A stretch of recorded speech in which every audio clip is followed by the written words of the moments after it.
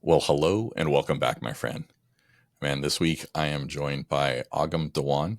He's a psychiatrist who, man, not like any other that I've known. Super cool. He talks to us about the depression, the anxiety, and also like the video gaming. And so he's making all kinds of content that has the games and, gives us a, no pun intended, but a platform that's, common for each of us. And, gives it something entertaining. Very, very cool. Um, just an awesome passion for helping us when we get into that spot to help elevate ourselves and to realize there's a common thread between us, regardless of who we are. So, Agam, how are you doing today, my friend? I'm doing well, Mike. Thank you for having me here. I appreciate you joining me. Well, let's start out. What does life look like for you today on the professional side of life? Yeah, absolutely. So life is very good on the other side now. So the way that the medical school journey works is first you have to get into medical school. So you have spent 4 years in undergrad trying to get in, right? Then you spend 4 years in medical school, kind of delaying gratification, putting away hobbies and other things, life, social stuff, to just focus on medical studies. And then to become a psychiatrist, you do 4 years of additional training afterward as a resident, where you're only making a fraction of what you're worth. You're still learning the trade, right? You're still getting supervised by teachers and getting corrected all the time. But now I've graduated residency, doing well financially, like making six figures, right? I'm in charge, complete charge of what I want to do. I decide how I want to practice. People are reaching out to me, offering, hey, take this job, it's 250K. Hey, take this job, 300K. Just throwing out offers like that, right? And so it feels very gratifying professionally, to go from starting out as a college student, broke, not having money, and then going through that path. And it's as a young guy, I know that all guys really feel value from getting money, being successful. And so I'm happy to say that, like, I've started to finally feel that way after 10 years. Yeah, and I think residency is like that long sleep deprivation, right? Because it's like you're serving, serving, serving, doing what everybody else tells you to do. And now it's like you probably get a chance to catch up on a little bit of long overdue sleep, right? Have you heard about why it's called residency? Uh-uh. It's called residency, and the doctors are called residents because they are literally residents of the hospital. Oh, that makes sense. Yeah. I didn't see that one before, but yeah, you do. I mean, that's why they have rooms off to the side where you go to sleep rather than going home. Right. So Mm. thankfully, psychiatry residency is not like that. It's not as brutal by any means, but you may have heard like surgery, internal medicine, some of those specialties, right? They are very intensive training, like 70, 80 hours a week, 6 days on, 1 day off. I remember when I was doing those rotations, I would walk in at 4 or 5 a.m. when it's dark, and you walk out at 7 p.m. and it's still dark. Yeah, you miss all the light, dude. Well, we will Yeah. jump back into this part in a little bit as we come back around to your story. What does it look like for you today on the personal side of life now that you're not a resident? Yeah, so personally it looks very good too. So when I started, right, the I was someone who felt like I couldn't really talk to girls, I couldn't really have friends. I had this insecurity that because I'm a short Indian guy who's 5'6", weighs 130 pounds, that cool guys wouldn't want to be friends with me, and certainly no attractive women would want to date me. And so that was a big insecurity that I had to learn how to overcome through personal development, physical development, uh, like psychological mindsets, right? Developing those, Mhm. developing that self confidence, all of it. But now life is going really well. Very grateful to say that. I live in New York City. Um, I have social opportunities pretty much every week.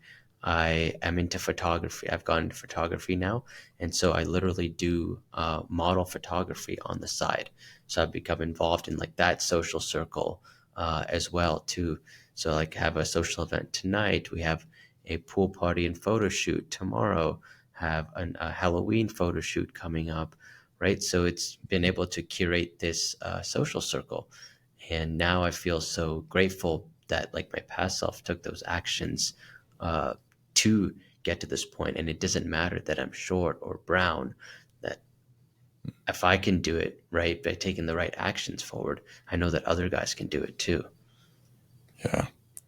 So as you're in that environment now, before you started making that changes, do you think you would have entered this environment? Or if you did, like, how would that have affected you? Would you have behaved differently? You know what I mean? Yes, I do. I wouldn't have been ready for it because let's say in a game, right? You're trying to fight a boss and you're fighting a level 50 boss and you're only level 20.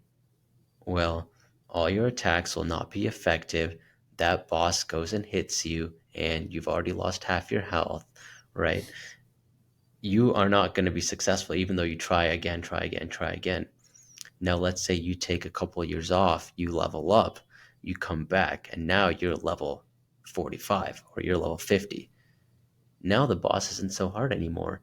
The attacks don't sting nearly as much, right? You know exactly how to attack to dodge the boss's attacks and inflict damage. So it's kind of like that in real life where I feel like I'm so much more successful. I mean, career wise, even attitude wise, abundance mentality wise, physically, that I don't feel intimidated in these environments. Like, I don't have imposter syndrome anymore, right? If a beautiful girl talks to me, I don't feel like I don't deserve to talk to her. Like, I'm very calm and collected. I don't try to suck up to her, right? As I know a lot of guys have struggled with, and I've struggled with before too. And so I think that's really what comes from leveling up your own value. And that's the message I think that really guys can really benefit from hearing. Yeah. You don't feel like you're continuing to play Bloodborne, with a boss that's multiple levels ahead of you. Yeah. I Exactly. get that.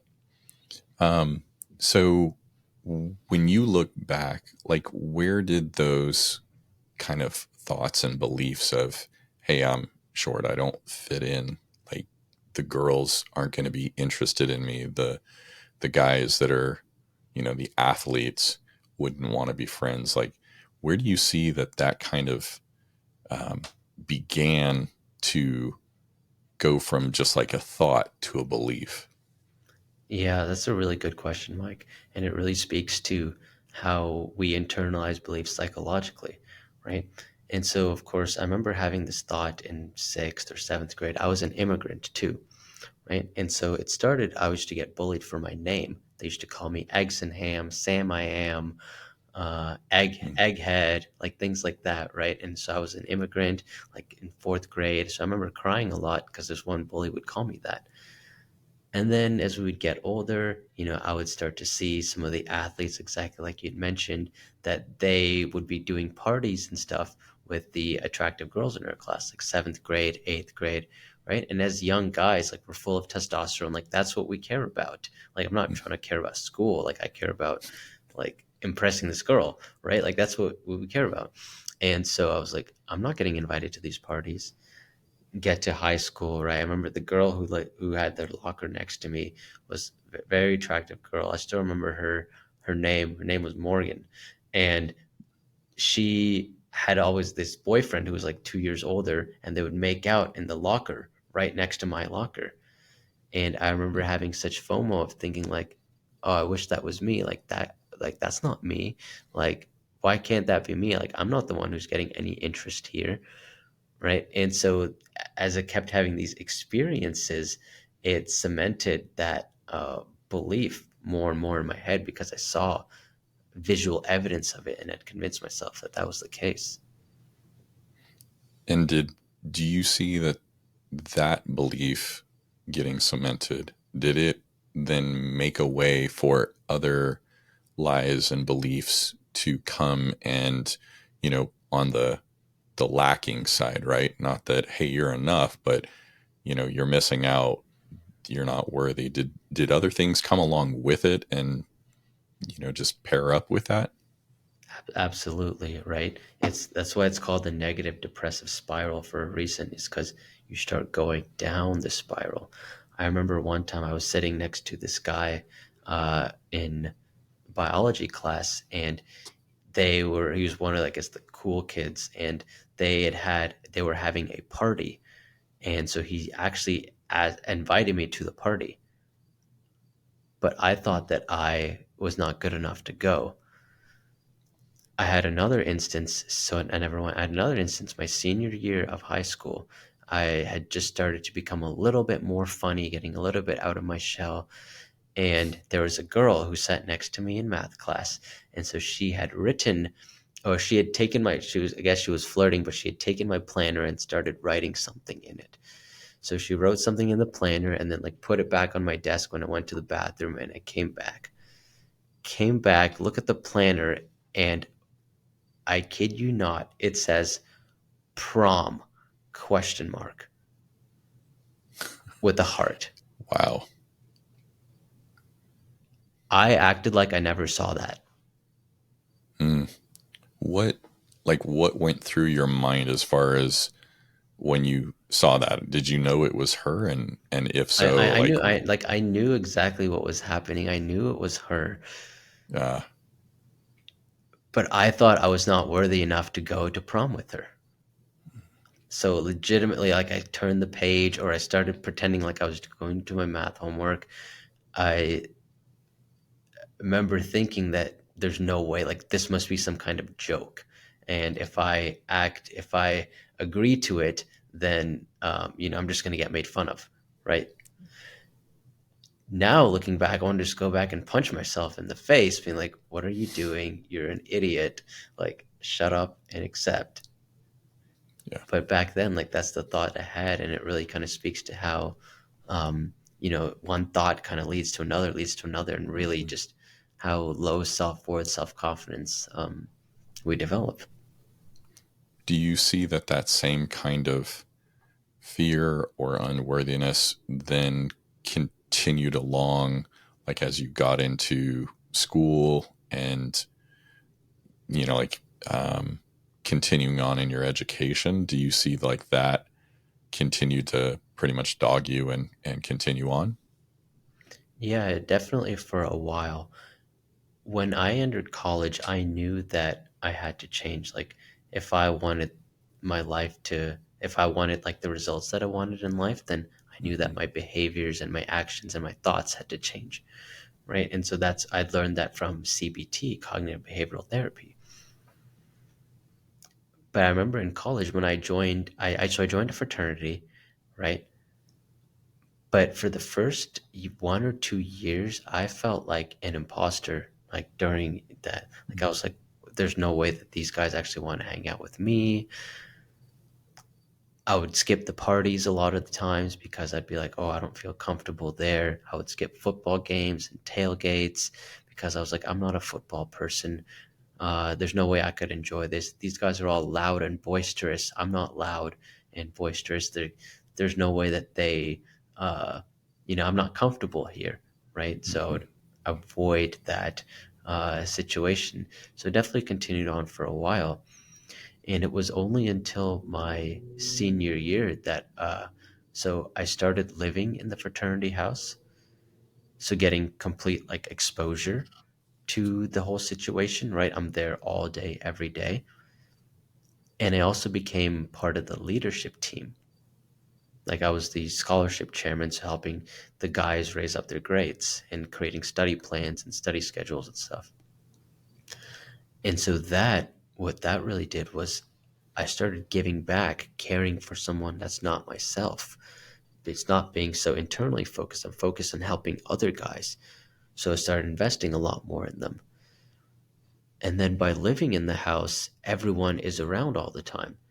And I started realizing that, hey, these are just people too, and they have their own insecurities and troubles. And like we would talk about them, we would have late night chats till 2 or 3 in the morning, talking about all our problems and stuff. And I was like, these guys are like having just similar issues, just as I am. And that was really like what turned it around, I guess, mentally for me. And I think that a lot of guys can also feel like the other guys are that they're imposters, right, in the situation, and helping realize that, hey, other people are having their own issues just like us can, I think, be really relieving. Yeah, it's almost like to go back to the game analogy. It's almost like you've got like a hand cannon and you're only doing 5 damage. You think everybody else is taking the boss down and they're only doing 5 damage, but you just don't know that unless you're talking to other people. Um, and it's, Exactly. I really like that analogy. I mean, it's how many of us as men just don't don't share. We don't talk about it. We're afraid that we're the only one, and if we say something's wrong or something we're concerned about, we'll be ostracized and kicked out even further than we've crawled into the camp. Hmm. And what little bit of acceptance there is will be totally just vaporized and gone. Is that kind of resonate with what your experience was? Yeah, absolutely. Because I thought that if I got found out, then I would get kicked out and then I would have nothing. So, how did you start transitioning out of that belief? I mean, you're now discovering, hey, other guys are struggling in the same or similar ways. I'm able to help them out in this area. So, you're seeing that you have a value amongst other guys. How did you then take it from there to, like change it, change your belief, change your behaviors? What was the next step for you? Yeah.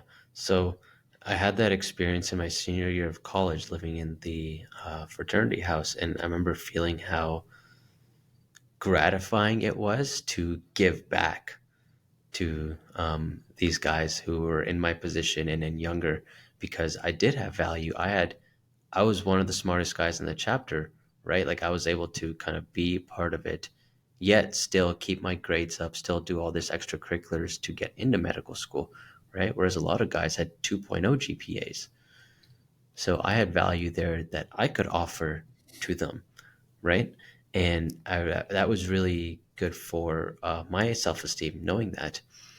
And in fact, like I actually ended up running for president my senior year. Like I was going to stay an extra year just to run for president, and so I Mm. didn't win because my my brothers were like, "You're being an idiot. Shut up. Go to medical school. You don't need to stay an extra year." And I was like, "Yeah, you're right."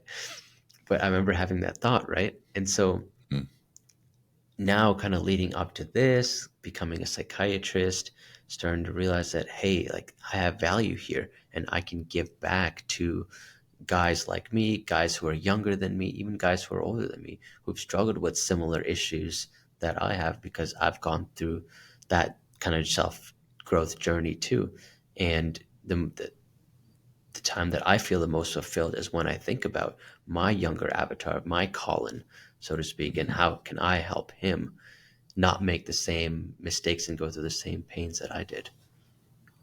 So if there's like, let's say you're talking to me, I'm, you know, Yeah.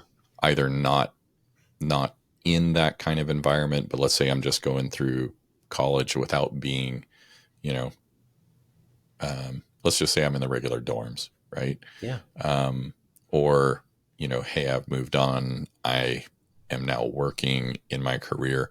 How can I find like my level of competence where I'm able to contribute to gain that confidence that took you from a position of, hey, I'm going to play in the backfield to considering I'm going to go run for president. I mean, that's a large shift. Hmm. How can we start finding those things to equip ourselves wherever we're at to then find our own confidence like you did? Yeah, that's a really good question. And so the video game analogy is, I think, the perfect for this, right? Whenever we start at but you start off a new character, a base character, right? Hmm. The character is usually not spec'd even. So some characters might start with more attack, some might have more speed naturally, some might have more defense naturally, right? And so we all come with our own natural attributes. And so there's a reason that tall people end up playing basketball. It's Yeah. because they know that that's a skill set that they develop that also is supported by their natural attributes, right? And so then they end up getting better and better at it. They uh, start really competing at higher levels. They can start teaching other people how to play basketball, right? And they feel fulfillment in rising up through their basketball journey. But if that person had played, let's say, fencing, they might not get that same level of fulfillment because it doesn't really support a lot of their natural tendencies. So to answer your question, if someone is kind of struggling, trying to figure out what they want to do, I would ask them, okay, well, what are you naturally good at? What do you naturally gravitate towards? What kind of hobbies, activities have led you to this point that you are here? And then how can we take those and transition them to be of service to other people? Because it's only when you're in service to other people that you feel the most fulfilled and happy within yourself. I'm sure in your case, right? When you had your family, now you had your kids and your grandkids, that's probably the biggest motivator for you to be your best because you're doing it for them. Hmm.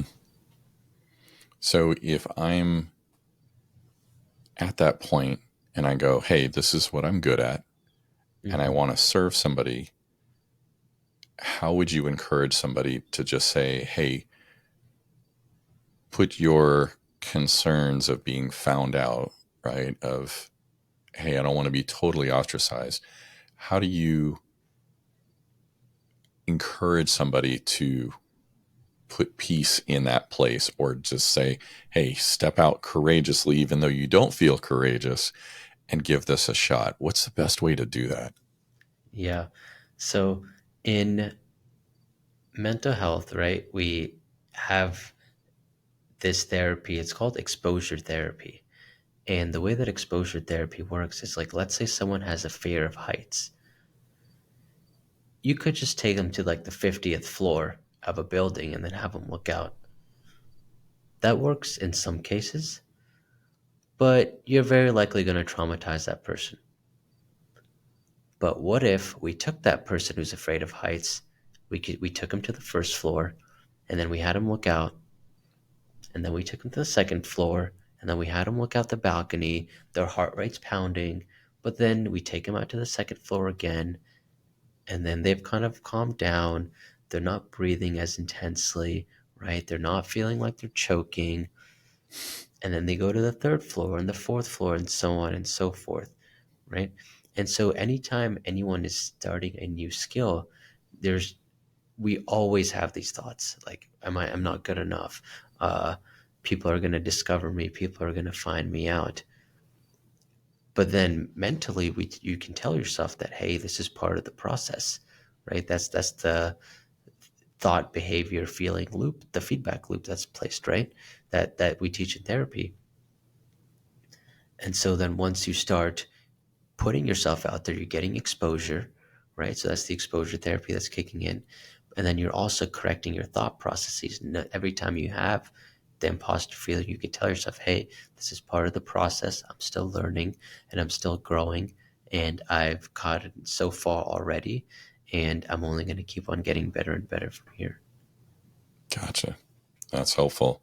So it's a matter of being uncomfortable, but not fearing for your life, like you were talking about being on the 50th floor. It's just maybe go to the meeting, see if you can help in Mhm. some way, instead of thinking, I have to go run for president, like you were talking about. Just make a move in the right direction. Is that correct? Absolutely. So there's a concept called when looking at behavior change, right? I forget what the exact concept is called, but the whole idea is that to make any kind of change, to have any kind of growth, there has to be a sweet spot. If you're lifting if you're lifting 200 pounds in your bench press and you add on 202 pounds, you're not really making much progress. Like that's not enough progress to stimulate growth, right? That's such a minuscule change. If I add on to 50 pounds, or add on 50 pounds, if your max is 200, that's too much. And now you're going to drop the bar on yourself and injure yourself. The sweet spot is like 210 pounds, 215, where it's enough weight to have it be stressful, have it be uncomfortable, have it be challenging, but not so much that it completely wrecks you or demoralizes you from continuing further. Gotcha. So a stretch, not strenuous. A Makes stretch, sense. yeah. So you're starting to find your confidence, get your feet under you as you're leaving college. How did things continue to progress for you from there? I mean, you're going through this transformation as we're, watching you just going through the first phase of college. Hmm. What does it look like as you're continuing to, go through the medical schooling? What does that look like? Yeah. So I guess I'll speak both socially and professionally, right? If we continue on that social journey. So in medical school, I actually became our school's social chair. And so each class had a social chair. So we were responsible. I had a co-chair in our class. And so we were responsible for planning the Christmas party, the Halloween party. We had a formal that we did everywhere with all 4 years of the medical school, like first years to fourth years. Mm. And so immediately kind of taking all those things I learned from undergrad, from fraternity days, and then becoming the one who's planning the events too. So like socially, like I felt like I was really leveling up in that regard too. And professionally, I felt like you have to develop a lot of skills to succeed in medical school, right? That I did not have in undergrad. In undergrad, I remember we had a final exam of chemistry, and I was studying the night before to like 3, 4, 5 a.m. to wake up for the exam at like 9. And then I had a physics exam at like 2. And then I would study after the exam at 9, all the way up to lunchtime to study for this physics exam at 2. Mm. That doesn't work in medical school. So because the materials you have so much, so you practice delayed gratification, or you practice like put setting in a study habit every single day as opposed to just cramming, right? Delayed gratification, where you know that you are paying money to learn this education that's not even going to pay off till 8 years in the future. So we develop that skill set, right?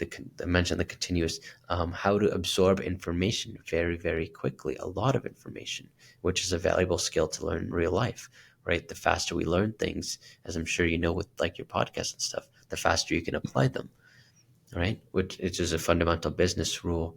Um, yeah, it's those. Oh, how to speed read, how to speed listen to YouTube videos, right? Like these are all like minuscule, like random things, but they all add up to leveling up, because if you can listen to an audiobook faster, you can implement its lessons faster too. And how to talk to people, how to communicate in a way that people trust you immediately. People feel that you are confident. People feel you are competent. People trust their medical conditions, their livelihoods. In psychiatry, people tell us their deepest, darkest secrets of traumas and assaults and breakups and just thoughts about ending their own life, attempts at ending their own life, right? All that stuff. And so becoming that person who can receive all of that emotional energy and not get bogged down by it. All to summarize is that, as guys, as we're going on through life, we are developing skill sets. We're developing skills here, we're developing skills here, we're getting XP, and we're putting that XP into different skill trees. So that way, when we're fighting higher level bosses, higher level challenges in real life, we've built up the skills and the XP to do that. Gotcha. So if we're talking about it being a skill tree, right? Whether it's, like a strategy game like Civ or, you know, another one where we're building up our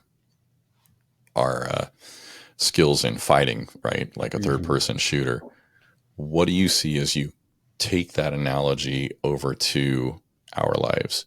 What are those basic skills that we should make sure, hey, these are in place first before we're branching out, kind of going into other areas? What are the ones that should be like, these are the 100, skill? Ex- the Uh, fundamental skills, yeah. yeah, exactly. Yeah, my absolute favorite one for young guys to start with, in my opinion, is fitness. And the reason I mention fitness is because it teaches us the lessons that in a smaller micro environment that are required to be successful in bigger and bigger environments. For example, let's say I want to lose weight and get jacked, right? Hmm. I have to learn how to go to the gym. I have to learn how to execute on all the exercises. I have to learn how to do the exercises repeatedly over time, delay that gratification until I start seeing that result, right? Because we could go on Mm-hmm. for weeks and months without seeing any progress. We have to learn how to diet, how to track our calories, know our protein, make changes, sacrifices for sleep, for nights out, resisting temptation. When your friend offers you alcohol or ice cream, that no, like this is going to go against my fitness goals. We have to learn how to time manage, how to fit that in amongst all the different activities that we have. We have to learn how to say no to excuses because it's easy to wake up or come back after a hard day, say, oh, things were hard, I'm not going to go, versus I am going to go because it's on my calendar and I'm building up this discipline skill to do that. Right. So it's like all these things are in this like fitness microcosm that can be extrapolated to any area of life success, whether it's business, career, relationships, anything. I think the skills that we learn here you can just take anywhere. And so that's why I recommend it as like one of the most important thing for young guys to learn. So if somebody offers us booze or ice cream, we just need to mix them together and have boozy ice cream, is what you're saying, right? I'm just kidding. That's the solution. Yes. Yep, just mix them both into one. So, you know, I have done this and I've had other, friends and clients that have done this as well. We'll get in this analysis paralysis of, hey, okay, fitness, great. Now I need to figure out which is the best plan and I need to figure out to the nth degree, is it just jump in and do something, correct? Just to get the momentum going and then finesse and get more detailed as we're going along. Is that kind of the objective here? Yeah, I'm so glad that you're bringing this up because there's actually two prongs to this I've found super valuable in my life. So one, of course, is definitely you have to jump in. Like there's no way it's gonna be perfect. And so I remember when I was in high school, my parents used to go to hot yoga class at their local gym. And so as a young guy, I was like, man, I don't want to do hot yoga. Like I want to lift weights, right? Being 16, 17, but I didn't know anything about weightlifting. And so I would literally just like go around to the different machines and like practice them and try them. And like I had no routine, like nothing or like nothing like that, right? But that exposure got me comfortable being in the gym so that when I got to college, like I could go like work out at least with some friends or go after school or something. And it was fine. And I started to figure out more routines and things like that because I built up that confidence from, okay, like the gym is not a scary place, which I know it can feel scary for a lot of young people, right? Especially a lot of older people too, if they've never been to the gym before. Like it's scary. You feel like people are going to judge you. They're watching you, right? Everyone's doing well. Imposter syndrome again. Everyone's doing their exercise perfectly except for you. You're not going to make any progress, right? All these limiting beliefs we tell ourselves. So like that's the one end. But then the second end, which is a lesson I really learned the hard way, is that we have to invest in mentors or people who are ahead of us so that way they can teach us, and we have to just like follow um, what they say without ego. So the story behind this is that I never bought a gym program until like I was like 24 or 25. My thought was that, hey, there's all this information that's available free on the internet. There's YouTube videos, there's guides. I don't need a gym program. It's easy. And so I would go to the gym all my time during college without ever adjusting my diet, ever. And because I literally did not even understand that diet was like one of the most important things when it comes to having results in the gym. Because I was just like, oh yeah, I'm just following this workout, I'm following this workout, and didn't make any progress. And then I get to medical school, and I was telling one of my buddies there about working out, and he told me, you have to eat big to get big, right? Like that was the phrase he said, but like that completely blew my mind. Like, Yeah. oh, like I have to actually like track my diet and like understand that I need to eat at a calorie surplus and get in protein to make progress. And then I started doing that, but then I was eating too much, and then I just got really fat because of that. Like my face became round. I had to change belt sizes because I was like, oh, you just eat big to get big. And then I had to learn, okay, this is how you cut down weight. You don't need to overeat. But that like 7 year journey could have been cut into Hmm. like two. If I just bought a proper fitness program for a couple $100s and followed what that person was saying, like to the T. And so I think that's the lesson with that is that, you definitely have to jump in, but you also have to seek guidance and mentors from people who are ahead of you and be willing to learn from them and implement their lessons. I think one of the most helpful mind shifts for me has been looking at a challenge and going, how? How can I do this?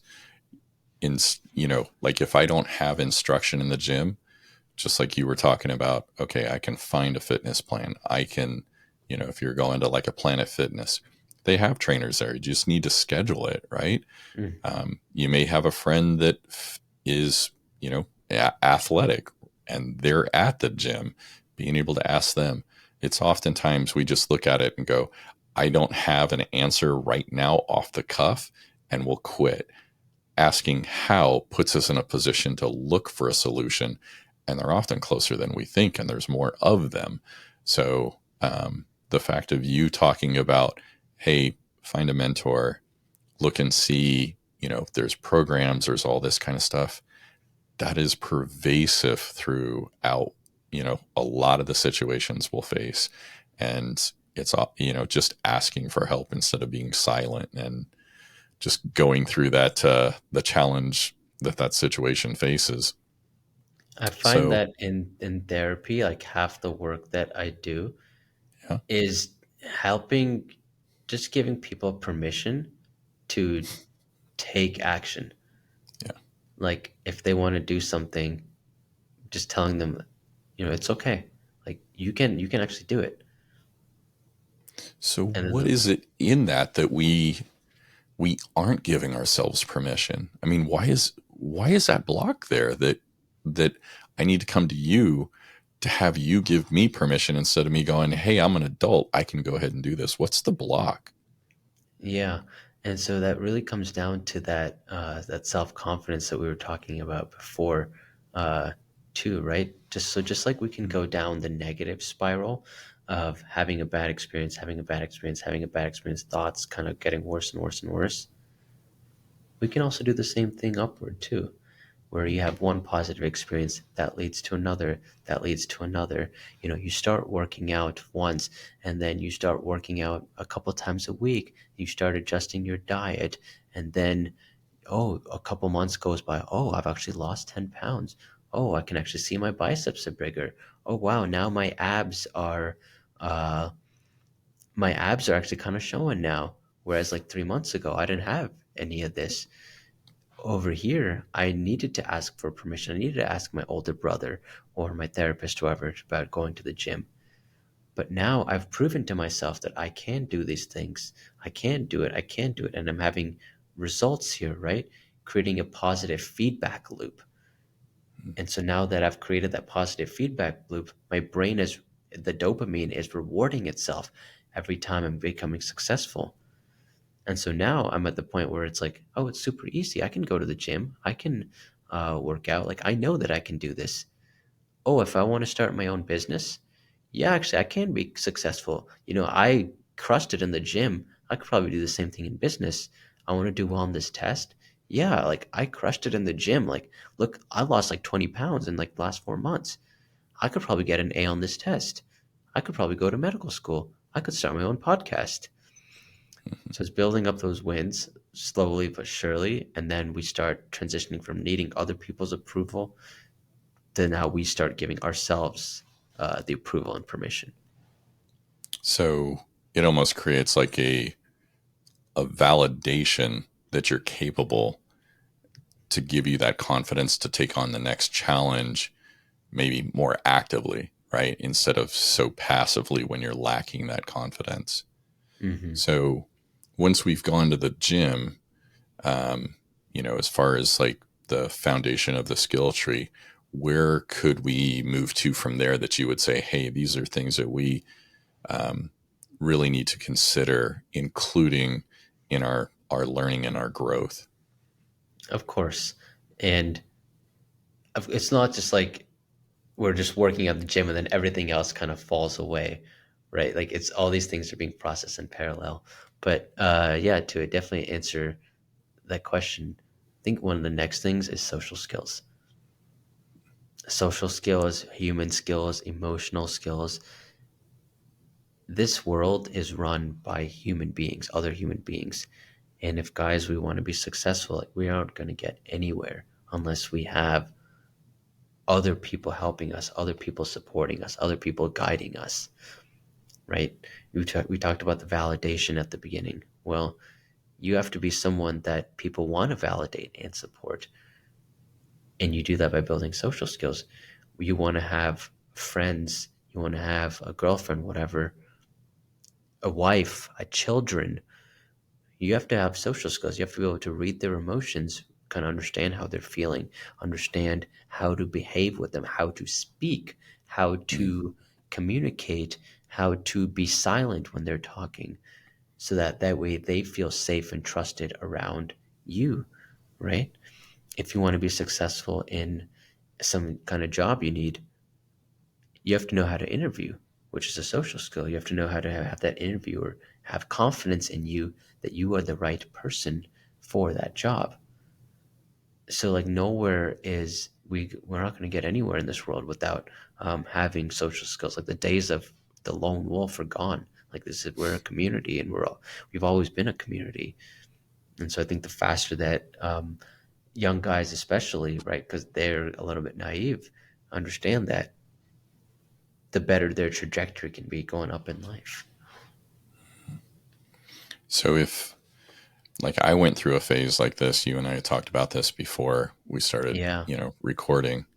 If I was at a place where I'm depressed, my anxiety is high, and I've just withdrawn, it's it's there's a higher level of like intimidation and fear of doing those things.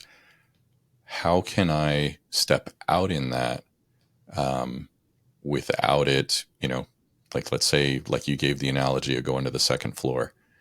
What kind of things can I do that would put me on the second floor and help me to continue going?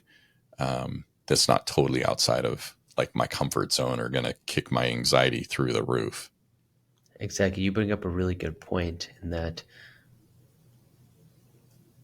the rise, like it's so much harder when you're depressed or anxious to go up to the second floor, right? Because there's all that inertia, all those negative thoughts, everything that's built up. So going along that analogy, let's imagine that instead of starting at floor one, you're actually underground. Mm-hmm. And right now you're just trying to get above ground. Like that is your goal, right? The steps you might take have to become smaller now, but we still have to take the steps regardless. It might be harder to go from like floor zero to floor one, or floor one to floor two, right? But let's say I'm on floor one and I'm trying to go to floor two. I can still go to the first step, and then I can go to the second step on the stairs, and I can go to the third step in the stairs. I can grab a walking cane and use that to push me up. I could take the ramp that's not even taking the stairs, and the ramp that's kind of like going around and that's more mellow. So I could take the ramp and slowly get up there. So the process of change is still, it's still there, right? You have to challenge yourself in a way where it's like it's like enough to uncomfortable you, but not where it's so overwhelming. But we can choose how big and small the steps we take are. So if, like, let's go back to fitness being that first, like foundational step. So Yeah, it could be keeping a commitment to myself and learning to keep my promises to myself, build that trust and that confidence. Could be, hey, on Monday, I'm just going to put my shoes on to go to the gym. Tuesday, you go out to your car and drive to the parking lot of the gym, right? That's kind of building that as we go along, right? Is what you're talking about, step one, step two, step three, to get to floor two. Is that kind of the same thing you're uh, addressing? absolutely. Like, let's say for me and you, right? We might say, "Oh yeah, you just go to the gym." But like right, it's like it seems Yeah. so simple. Or even so, a new person, like I could say, "Hey, you just drive to the gym, sign up, go with a personal trainer," and your average Joe might be able to do that, right? Okay, I went, I signed up. I've never been in a gym before, but I'm here now. But for that person, it's like you said, we step it down, you break it up into steps. The next day could be, oh, I'm just going to watch a YouTube video on bench pressing. The next day could be, I'm going to watch a YouTube video on diet, right? Like smaller steps, but we're still making progress, right? And that's the most important thing, because as the way the brain works is that it has feedback loops, right? If we make negative progress towards something, then our brain kind of rewards us. Like if you're kind of going down, then you get dopamine release and you keep going down and down, right? This is why victim mentality is so pervasive, because it feels good to be a victim. Our brain rewards us that kind of thinking. It justifies it. But it's the opposite too. Like, hey, I watched that YouTube video today. Oh, nice. Like, nice. I made progress. I put on my shoes today and drove to the parking lot. Oh, nice. I made progress, right? You're leveling, slowly leveling up. You're giving yourself the positive reinforcement. Just like in a game where you might not be able to beat that boss in Bloodborne, but hey, Mm-hmm. now you beat at least some of the enemies that are around him, right? And now you didn't die, like when you went around that, when you went up to the boss, as opposed to you died like a week ago when you try to fight him. So it's just really just gamifying that concept, like that life, bringing it to um, even depression healing, anxiety healing, and just knowing how small the steps you have to take is the most important thing. Yeah. Set yourself up for a win and then continue to build upon that. I mean, that was when I was in the midst of it, that was how I found the freedom to, go two steps and then three steps. So it's just making progress. And there's a saying, progress, not perfection. Yet we Exactly. do expect perfection out of ourselves. I would look at you and go, "Nah, you're doing great," but I would put a different expectation on myself. And just giving ourselves grace and recognizing the progress we've made is so powerful. If we would just tap into it. Well, Agam, I want to say thank you so much for joining me today to share, like your journey, the way you've made the changes, the gamification of it. I think in putting it in that lens, we can change our perspective and take things on that when we've looked at it traditionally seems overwhelming. And you're giving us a way, a vehicle to find those wins, to move up our skill tree. And man, I appreciate it. Thank you very much. Absolutely, Um, Mike. Thank you for having me. Absolutely, my friend. How can men get in touch with you outside of this podcast? What's the best way to connect with you? Absolutely. So the best way to connect with me is through my website. So www.agamdawanmd.com. So there you can see all the different content I have. If what you're hearing here resonates with you, whether it's YouTube video, TikTok, Instagram, if you feel like you're struggling with depression, anxiety, ADHD, any kind of trauma, you want to do more one-on-one type of work, then just feel free to book a free consult on my website. We can talk about what's going on and what we can do to help. I appreciate it. Thank you, my friend. Absolutely. Thank you, Mike.